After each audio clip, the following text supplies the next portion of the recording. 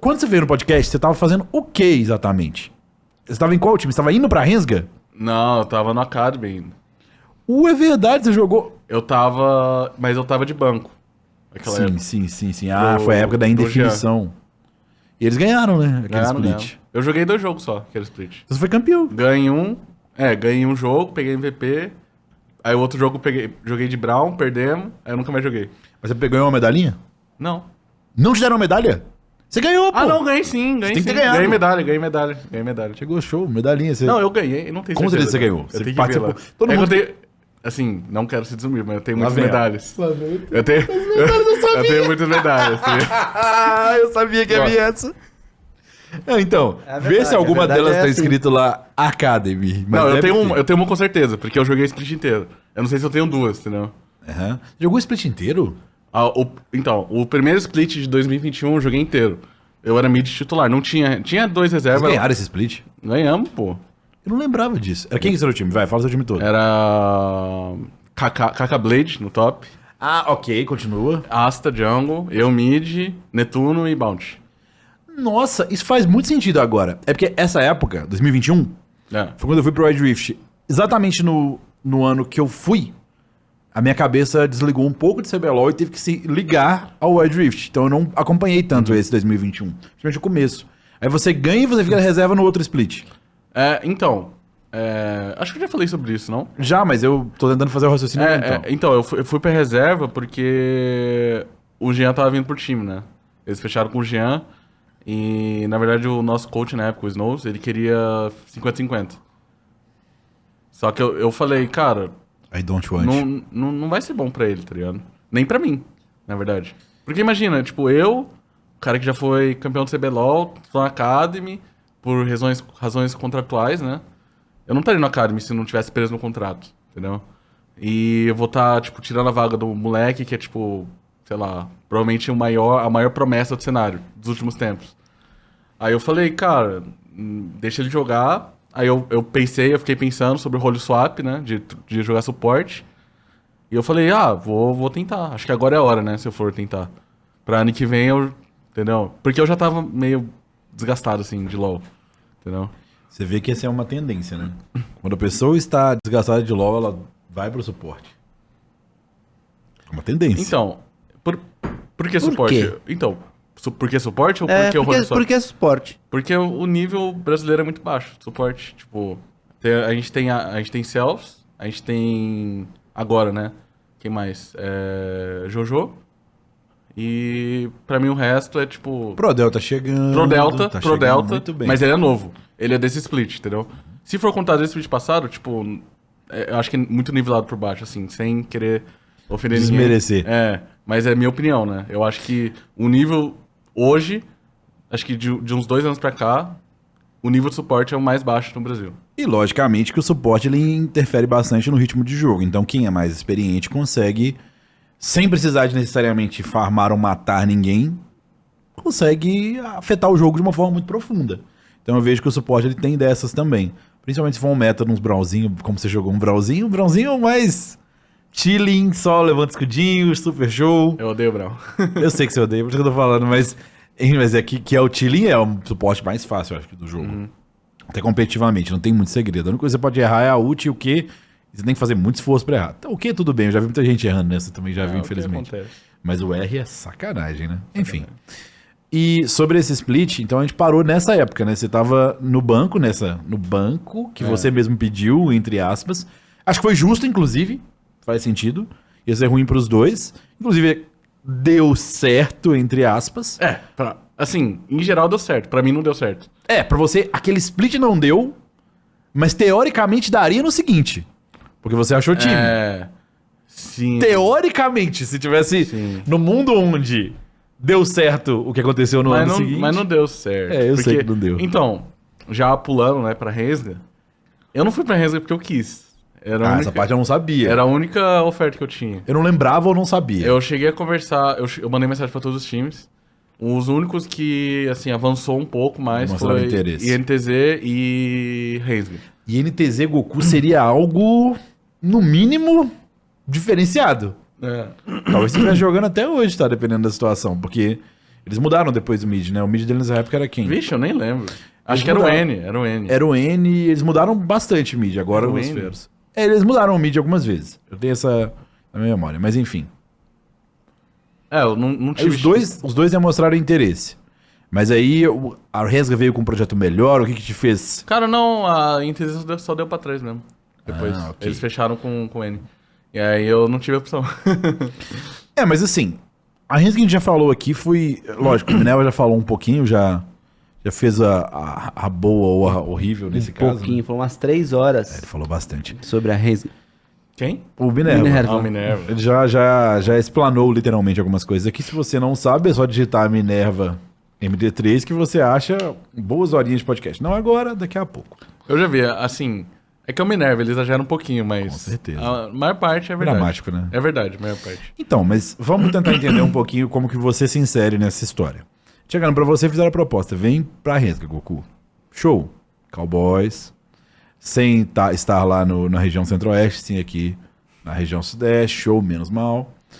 E quando eles te falaram pela primeira vez qual que era o projeto, eles tinham algum nome ou era só você? Não, eles já tinham tudo fechado. Tinha o Aiel, tinha o Minerva e tinha 2 coreanos. Eles falaram os nicks, eu fui dar uma checada na Lopedia. internet, né? E assim, eu falei, cara, é porque eu não tinha opção de jogo. Eu não tinha o que fazer. Mas a Resga, eu acredito que eles fizeram isso também porque da outra vez deu certo, né? Com Croc e Yuri deu certo. Eles apostaram em nomes que teoricamente... Hoje em dia, Croc é uma unanimidade no Brasil, tá? Mas quando eles apostam, são em wild names. Eles pegaram 2 nomes que estavam disponíveis no mercado e trouxeram. Chegaram numa final. Então, let's do it again. Vamos apostar novamente em 2 nomes. Só que, infelizmente, não foi uma... Então, Fiz Tá a meio melhor Rodrigo escolha. Góes, né? Como assim? Fala inglês, depois traduz direto, não é mesmo? Eu não sei quem é Rodrigo Góes. devia saber. Mas- devia saber. Você sabe quem é Rodrigo Góes? Sei. Acho que sabe. Todo mundo sabe. Eu não sei. Ah, Tá vendo? O Goku ele é um cara... Depois você vai descobrir. Ele é um cara inteirado das coisas. Depois desse... Então. Vou ver aqui. Não, enquanto- Não, depois. Ok, agora eu fiquei curioso também. Mas é um bom elogio, É pelo um menos? bom. Ok. Ele tá estourado no momento. Ele é o nome da internet brasileira na semana. É mesmo? É! Ah, É o ele cara é o cara do... Fake Natty. Ah, não! Esse cara não! Ele é bom. Ele é bom, ele é ótimo. Esse Ele é cara bom. não, esse Ele não, é eu bom. acho ele meio... Acho... Ah, Let's do it again. Vamos fazer isso de acho novo, que eu não é já- mesmo? Eu não achava ele tão bom, enfim. Mas enfim, eu não vou fazer isso mais de tradução, falar só em português. Agora... Eu gostei, Diogo. Continua. Diogo Rodrigo Góes. Mas voltando. Tá, e nós já tínhamos alguns problemas, né? Primeiro, você viu que os coreanos não eram... Pra quem tava jogando com Lucy Shrimp, era... Primeiro foi Mocha e Trap, né? Não, primeiro foi Hades e Guard. Primeiro foi a Desguard? É. Ok. Então, o Hades e Guard, eles eram bem ruizinhos, tipo, assim, falando na real mesmo. O Hades, que era o AD, ele era, tipo, ele sabia jogar, né? LOL, óbvio. Ele não era, tipo, bronze. Mas ele não tinha nada demais. Você pegar ele, tipo, um AD Carry da solo kill brasileira, que é GM+, vai ser igual. E o guard, cara, tipo, ele era muito teimoso. E ele tinha uns conceitos muito errados na cabeça dele, entendeu? E era difícil de tirar. Tipo? E eu lembro que a maior propaganda dele, que a gente lembra, o nosso coach era o Coach King, Coach King, esse é uma história à parte, né? né? E eu lembro que ele fazia a propaganda, o outdoor do guard ele era a melhor Yumi do servidor coreano. Não, você tá brincando. Eu não tô brincando, eu tô Isso falando era- sério. Isso era a propaganda do cara? Sim, era tipo, sei lá, Coca-Cola, tá ligado? Melhor, tipo, é tipo isso, entendeu? Tipo, Guard, Só que- melhor Yumi Não, mas da não Coreia. é possível, mano. Tem alguma coisa errada aí, não tem? É um baita título, cara. Aí eu lembro O que que... ele fazia de diferente? Ele Nada. Eu ele apertava fazia um que é igual. fofinho? Não, eu fazia igual. Ele Eu fazia igual. saía do cara com mais agilidade? Cara, então, eu lembro que Ele uma imitava época- gato? Eu lembro que uma época, a gente tava assim, era um dia de treino normal, né? Aí na LCK tinham pegado Yumi. Aí o Coach King ficou doido. Pegaram Yumi! Meu Deus, Yumi! é a nossa salvação. Yumi tá forte! Meu Deus, a gente tem o melhor Yumi da Coreia aqui, vamos jogar de Yumi! A gente pegou Yumi e perdeu todos os treinos. E nunca pegamos Yumi no CBLOL. Ai, cara, tu tá vendo? A propaganda, ele fez a propaganda antes e na hora que aconteceu, ele não entregou. Então ele jogava só de piozinho, não era esse cara que era o mono piozinho? Numa época que não se jogava de piozinho. O Minerva me mandou uma mensagem esse split aí, eu até te mandei também na época. Ele me chamou pra ser coach da Renska. Tava no Wild Rift ainda. Aí ele falou alguma coisa do nível de Coringa, venha, não sei o que, vem nos ajudar. Aí eu falei, pô, Minerva, mas como é que tá a situação aí? Ele explicou, eu tenho um AD que tem o Goku que tá ok, nos resolvemos, porque a gente tinha uma situação entre você e o Minerva, né, de muitos anos antes. E ele falou, inclusive, ele te elogiou muito nessa época. Sim. Falou, pô, o Goku ele me surpreendeu muito positivamente. E o Minerva também melhorou, obviamente, como eu te falei, ele mudou muita coisa. Ainda tinha algumas coisas ali, né? Então, o problema do Minerva é porque, tipo assim, ele não sabe ficar quieto, entendeu? Ele não sabe ficar quieto. Tanto que hoje ele tá super bem, porque ele não fica quieto nem um segundo. Então, mas assim, o único problema de trabalhar com ele é que ele não parava de falar. Ele não conseguia não falar. Cite exemplos entendeu? aí de falas notórias. Tipo assim, você falou a palavra jungle, ele já fica assim. Ele fica assim, jungle? Hã? Jungle? O que tem o jungle? Tá ligado? Aí ele já começa, tipo, a pensar, cara, que merda esse cara tá falando? Esse verme, não sei o que. Aí ele já vai preparando na cabeça dele que ele vai xingar o cara, entendeu? Que tá falando da jungle. Aí entendeu? É esse tipo de coisa. Ele, tipo, ele não consegue... Assim, ele quer muito que todo mundo saiba o que ele pensa, entendeu? E, tipo, tem que chegar numa conclusão. Ali. Não pode deixar passar. Tem que chegar numa conclusão. Entendeu? Acho que esse é o maior problema. Mas, assim, a última experiência que eu tive com ele foi positiva. E você ainda teve, além dos coreanos, o Aiel, que, assim, talvez você não soubesse, mas o Minerva, ele já tinha tido também... Como ele teve... De novo, ele é uma pessoa, gente, que eu adoro. Talvez é o meu jogador aí, um dos que eu trabalhei, que eu mais me dei bem como jungler. Porque, por exemplo, pro Goku, por ter sido jungler de suporte na minha carreira, eu não tinha tanto a adicionar, muito pelo contrário, ele tinha muito a adicionar em me ensinar do jogo. Mas, especificamente aí pro Minerva e pros outros junglers, eu sempre consigo me impactar bastante. Então eu senti que eu consegui quebrar barreiras com ele, principalmente na época da PEN. Na época do CNB era o Holy Bacon total, que ele botava fogo nas pessoas.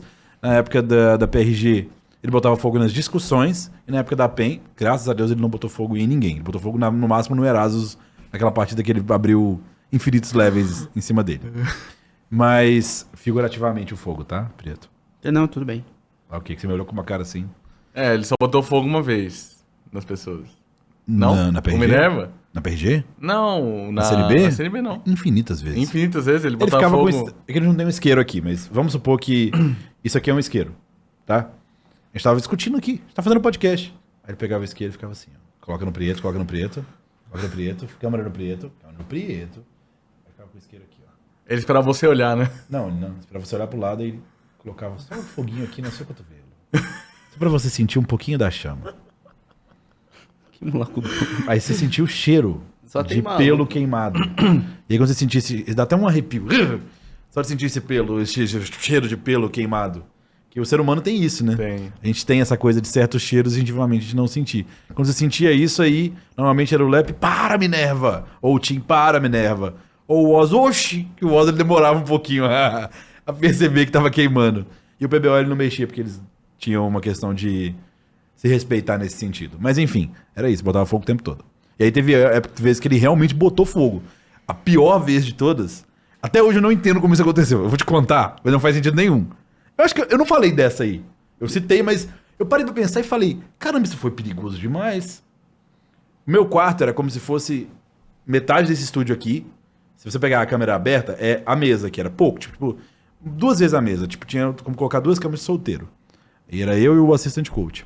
E era fechado. Tinha uma janela, mas era uma janela de metal fechada. Ficava fechada. Eu cheguei com enxaqueca da viagem. Deitei. Tem noção que o cara literalmente pegou um jornal, botou fogo e jogou dentro do meu quarto e fechou a porta? É bagulho bizarro, não é? Não? Então, tipo assim, vamos lá pensar. Isso é um bagulho muito perigoso, pô. Muito. Imagina se... Ele quase botou fogo em todo mundo, não só em mim. Quase... Acordei muito puto. Muito. Não, óbvio. Não, então, mas isso é coisa de, tipo, se você fosse, sei lá, o responsável por Mas eu era! Não, por uma criança que faz isso. Eu era. Então, você ia mandar pra, sei lá, tá ligado? Não sei pra onde, mano. Pra algum Não lugar. faz nenhum sentido. Você entende que não faz nenhum sentido. Não faz sentido. É o tipo de coisa que... É igual uma vez também.